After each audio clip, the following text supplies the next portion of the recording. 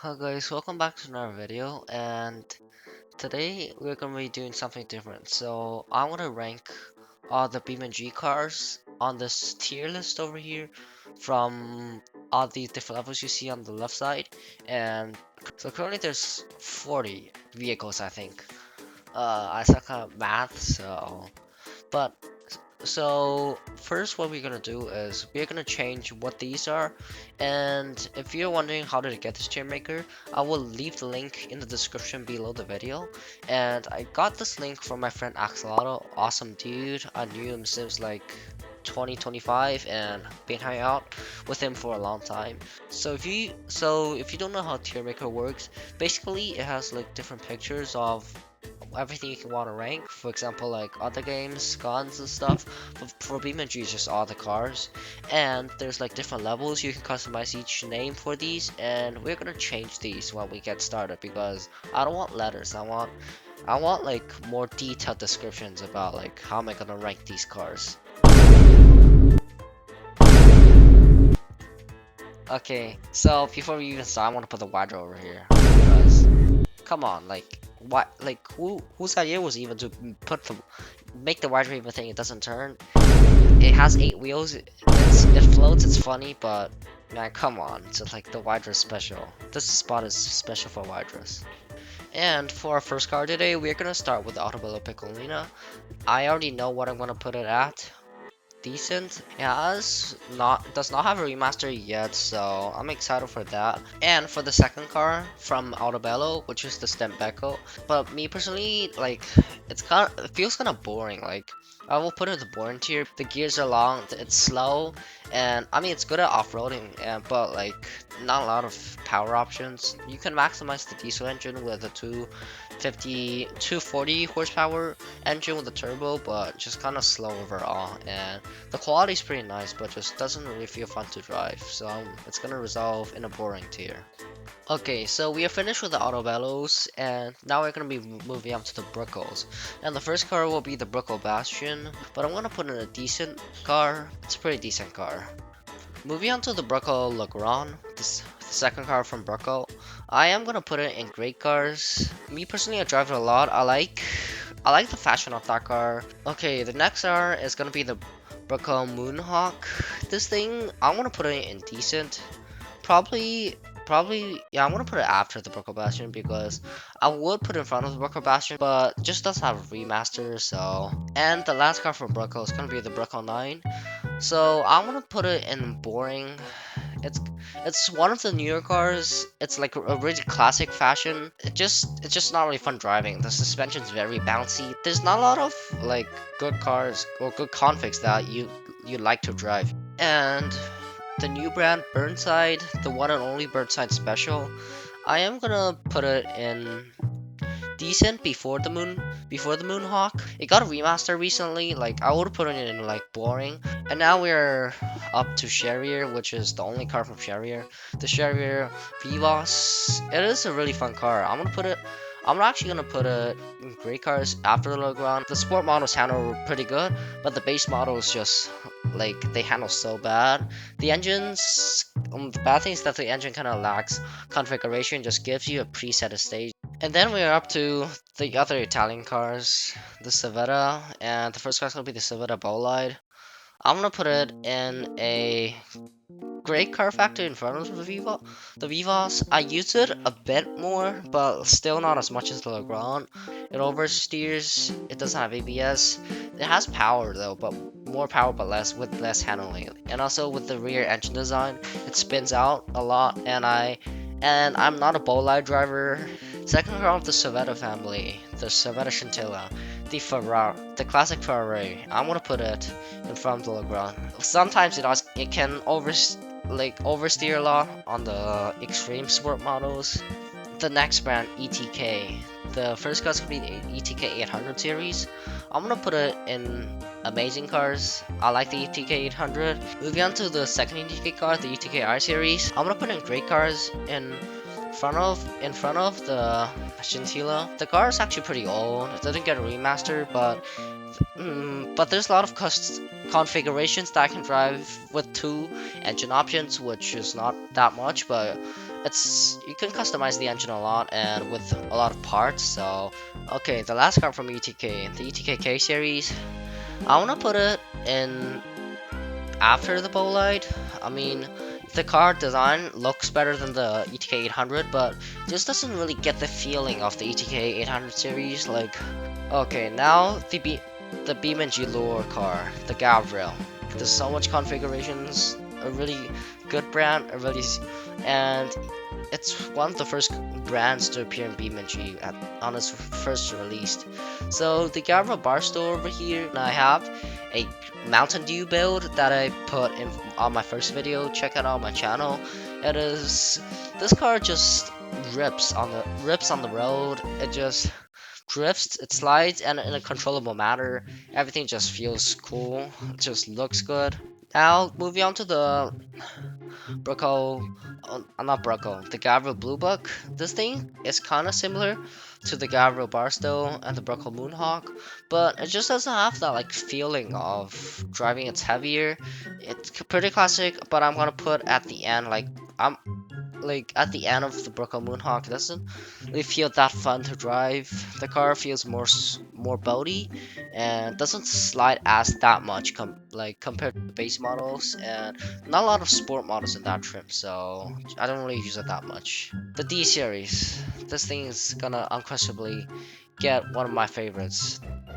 Next car would be the Gavril Grand Marshal. It's basically like the Ford Crown Victoria type police car. That thing is gonna get amazing.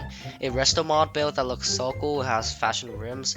I could show it off in the next video of my builds talking about it.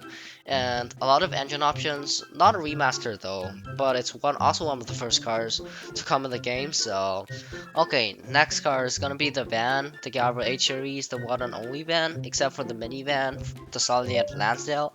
But sadly, this thing's gonna get boring. In front of the Stambeco. Oh, okay, he doesn't want to leave.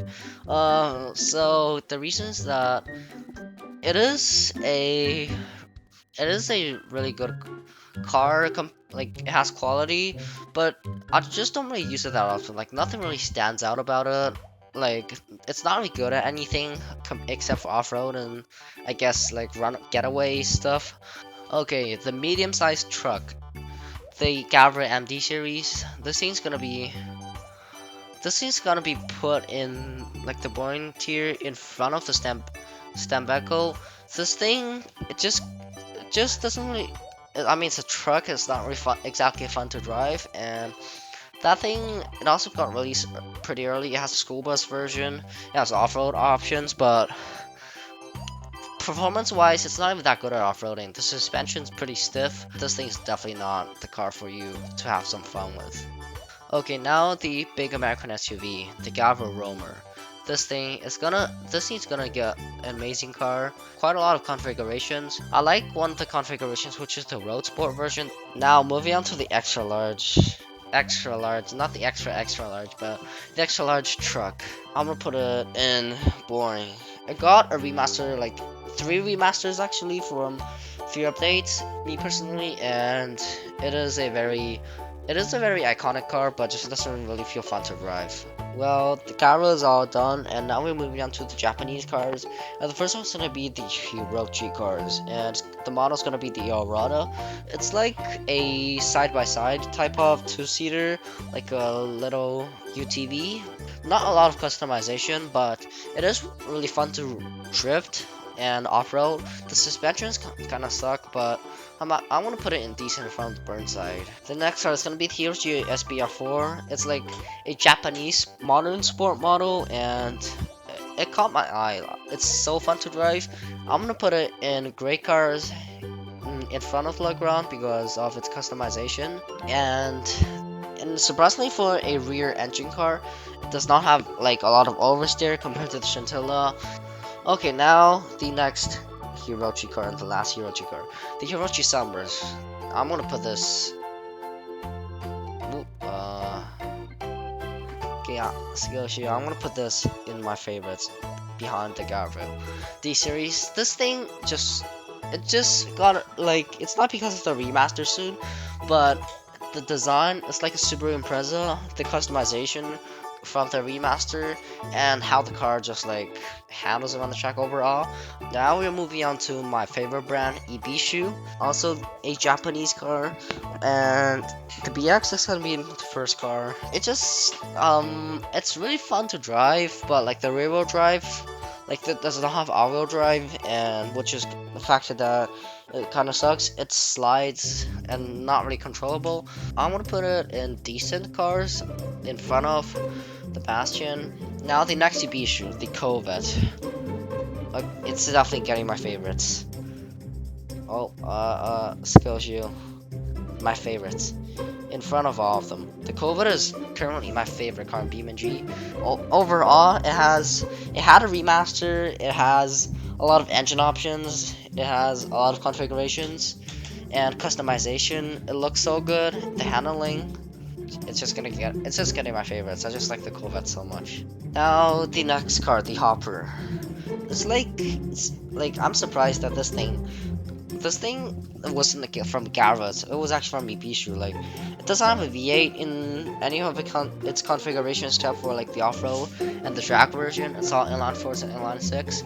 This thing, I mean, it's so obvious.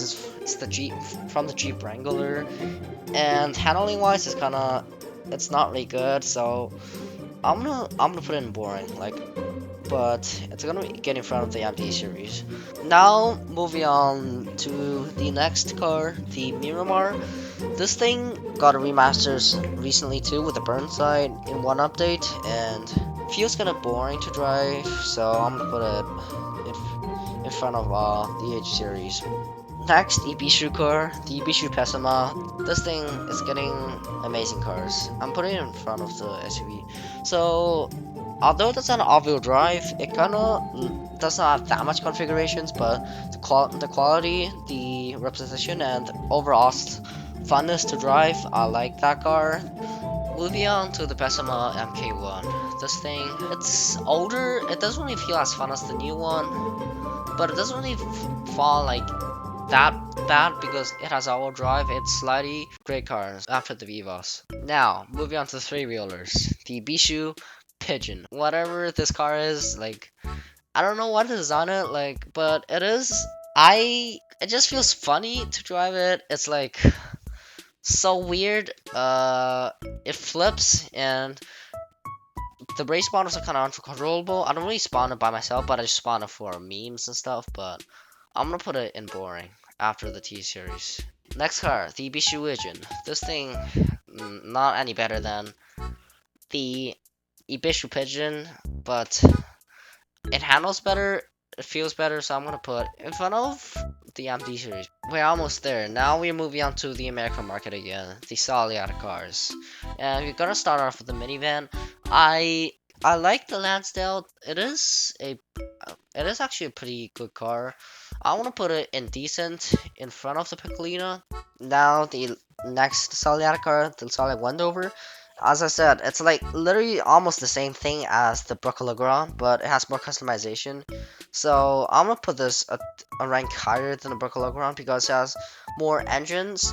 Now we only have 5 cars left, and it's gonna be SP first, the SP Dune Kicker. Like this thing is one of like the best off-roaders. The suspension especially, it's so good. It's kind of floaty though, but it kind of lacks handling. But I don't really use it, so I'm putting least favorites. It is a really good off-roader though. Now the last SP car. This thing's gonna the SP Dune Kicker, not the Dune Kicker, the SP Rock Basher, excuse me. This thing also has 3 configs as compared to the Dune Kicker. Is like almost like no configs, but it does handle better than the Dune Kicker, and I'm gonna put it like a higher rank. I'm gonna put it in decent after the Blue Buck. The suspension's pretty good, and it does backflips. I did a stunt in Spieler's map with this. Check it out, which is my second video. 3 cars left, and the next is gonna be the bus, the second and only city bus. Man, I can't even remember the name, so it's definitely getting my least favorites. Now the last 2 cars. From Hirochi, I'm surprised that it didn't really fall together in the category of Hirochi from the tier maker, but the dump truck, it's boring. What last car of the video. Okay, this thing's definitely getting my least favorite. I've driven this only like once or twice, and the handling sucks. I can't even drive it straight because it has like some sort of weird turning system, and I mean, as I said, it's high quality, but it's not fun to drive. Well, it's score better than the Wydra because the Wydra is special. Well, guys, this is my tier list for all the vehicles that I ranked. I mean, this like BeamNG has a lot of cars, so this is my honest opinion. You guys, if you guys disagree or agree with me, you can type it in the comments or join the Maximum Gaming server, which is a special Discord server. It's a fun hangout community. You can play a lot of games inside, and I'm gonna leave the link below in the description, and we'll see you guys next time.